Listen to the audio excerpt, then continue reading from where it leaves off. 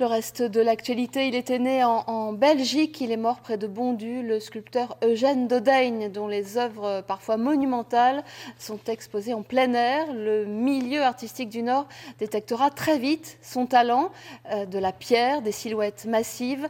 Reportage de Jean-Louis Manon et Bruno Espalieu.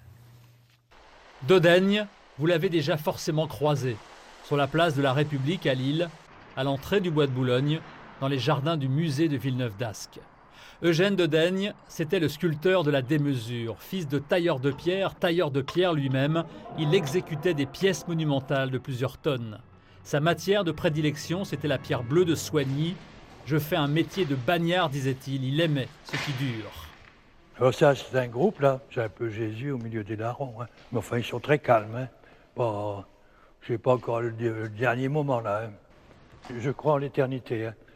Hein. Mais quand même, la spiritualité, pour moi, c'est quand même très important. Hein. Cet artiste qui a essaimé ses œuvres dans les grandes capitales du monde avait son atelier à Bondy. L'hiver, il dessinait, il préparait, esquissait les projets qu'il allait mettre en chantier l'été suivant.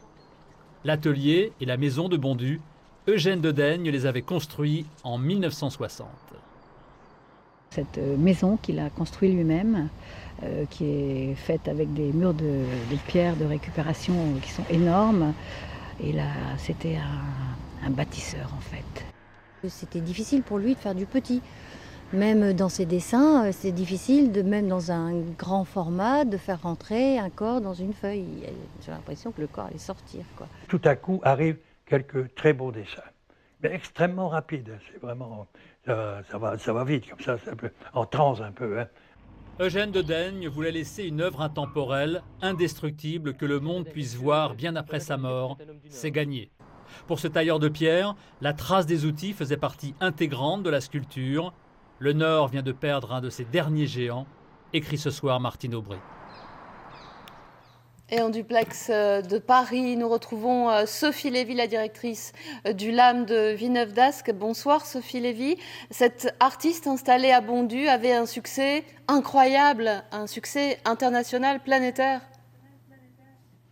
Oui, comme un autre Eugène Leroy, il a été redécouvert dans les années 60 et 70. Il est réapparu sur la scène internationale grâce à certaines galeries comme la galerie Claude Bernard, et il a très vite eu beaucoup de succès comme un grand héritier finalement d'une tradition de la sculpture. Il y a quelque chose de Rodin et de Giacometti chez lui. Le dynamisme de Giacometti et puis la dimension finalement très puissante et très charnelle de Rodin. Quand avez-vous découvert pour la première fois les œuvres de Dodaigne et combien d'œuvres sont présentées à Villeneuve-d'Ascq ? Alors moi, je l'ai découvert bien avant d'arriver dans le Nord, ce qui est aussi le signe de sa grande renommée. J'avais vu l'exposition au musée Rodin en 1988, qui était vraiment un moment de consécration et qui montrait finalement cette filiation avec Rodin. Mais son histoire est aussi complètement liée à celle du musée, puisqu'il a beaucoup été aidé par Jean Mazurel, le fondateur du musée, qui a légué des sculptures de Dodaigne au musée dès la fondation du musée en 1983. Et Dodaigne était très attaché au musée de Villeneuve-d'Ascq et a continuellement fait des dons au musée. Le dernier groupe sculpté qui est installé dans le parc a été installé quelques mois avant la réouverture du musée en 2010 et j'ai pu l'accueillir. Ça a été un plaisir pour moi de l'accueillir pour vérifier avec lui que la position qu'on avait choisie pour ces sculptures dans le parc lui convenait. C'était un très beau moment. Alors justement Sophie Lévy, vous qui l'avez rencontré, était-il un artiste enfermé dans son monde, dans sa création, ou au contraire quelqu'un de très ouvert aux autres ? Écoutez, ce n'était pas quelqu'un qui était très bavard, mais il était d'une grande intensité. Donc très ouvert aux autres et très ouvert à la nature et aussi à la capacité d'expressivité d'un corps et d'un être, c'est certain.